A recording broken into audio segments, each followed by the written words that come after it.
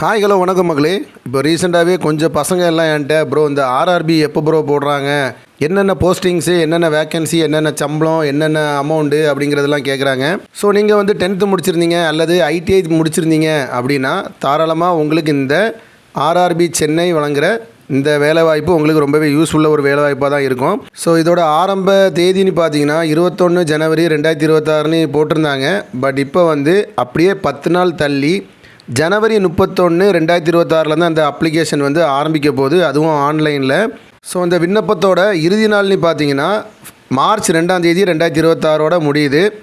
இதோட ஆரம்ப சம்பளம் அதாவது ஸ்டார்டிங் சேலரின்னு பார்த்தீங்கன்னா 18,000 ரூபா ஒரு மாதத்திற்கு.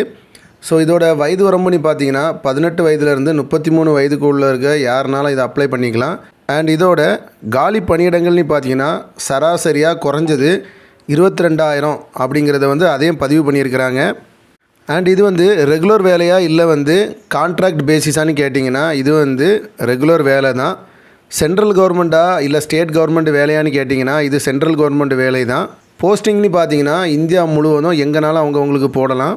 வயது வரம்பு சலுகை எதுவும் உண்டான்னு கேட்டிங்கன்னா ஆமாம் இருக்குது. எஸ்சி எஸ்டி பிரிவினருக்கு 5 வருஷம் வயது வரம்பு சலுகை இருக்குது. ஓபிசி பிரிவினருக்கு 3 வருஷமும், அப்புறம் பிடபிள்யூபிடி, அப்புறம் எக்கனாமிக்கலி வீக்கர் செக்ஷன் இவங்களுக்கு 10 வருஷமும், அப்புறம் பிடபிள்யூபிடி அண்ட் எஸ்சி எஸ்டி பிரிவினருக்கு 15 வருஷமும், அப்புறம் பிடபிள்யூபிடி வித் ஓபிசி அப்ளிகண்ட்டுக்கு வந்து 13 வருஷமாகவும் இருக்குது. எக்ஸ் சர்வீஸ்மேனுக்கு அரசாங்க ஆணைப்படி அதில் என்னென்ன சலுகைகள் உண்டோ அந்த சலுகைகளும் கொடுக்குறாங்க. அண்ட் இந்த எக்ஸாமுக்கு எந்த மாதிரி நம்மளை செலக்ட் பண்ணுவாங்கன்னு பார்த்தீங்கன்னா நிறைய பேர் கேட்டிருந்தாங்க, இதுக்கு எக்ஸாம் உண்டுமா இல்லை வந்து நம்ம மார்க் பேசிஸில் நம்மளை செலக்ட் பண்ணுவாங்களான்னு கேட்டிருந்தாங்க. இதுக்கு கட்டாயமாக கம்ப்யூட்டர் பேஸ்டு எக்ஸாமினேஷன்ஸ் உண்டு, அப்புறம் உடற்தகுதி டெஸ்ட்டும் உண்டு, அப்புறம் நீங்கள் உங்கள் சர்டிஃபிகேட் வெரிஃபிகேஷன் அதாவது நீங்கள் உங்கள் 10th அப்புறம் ஐடிஐ இந்த மாதிரி சர்டிஃபிகேட்ஸை வச்சு அதையும் உண்மையாக பொய்யானி வெரிஃபை பண்ணி அது மூலமாகவும் கிடைக்கும். அப்புறம் வந்து மெடிக்கல் எக்ஸாமினேஷன், சரியா? ஸோ இப்படி 4 வழிமுறைகளில் நம்மளை வந்து தேர்ந்தெடுப்பாங்க.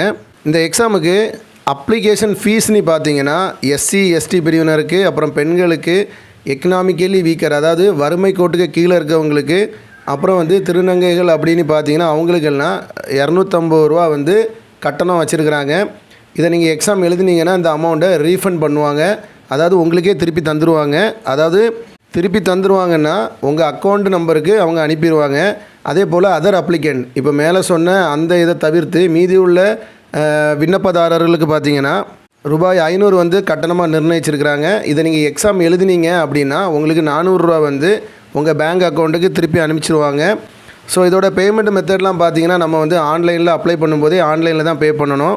ஸோ பேலன்ஸ் டாக்குமெண்ட்ஸ் என்னெல்லாம்னு பார்த்தீங்கன்னா ஆதார் கார்டு, அப்புறம் 10th அல்லது ஐடிஐ படித்த சர்டிஃபிகேட்ஸ், அப்புறம் உங்கள் பேங்க் பாஸ்புக்கு, அப்புறம் இதர டீட்டெயில்கள் வந்து தேவைப்படும். ஸோ டேட் வந்து 31ஆம் தேதி ஆரம்பிக்க போது.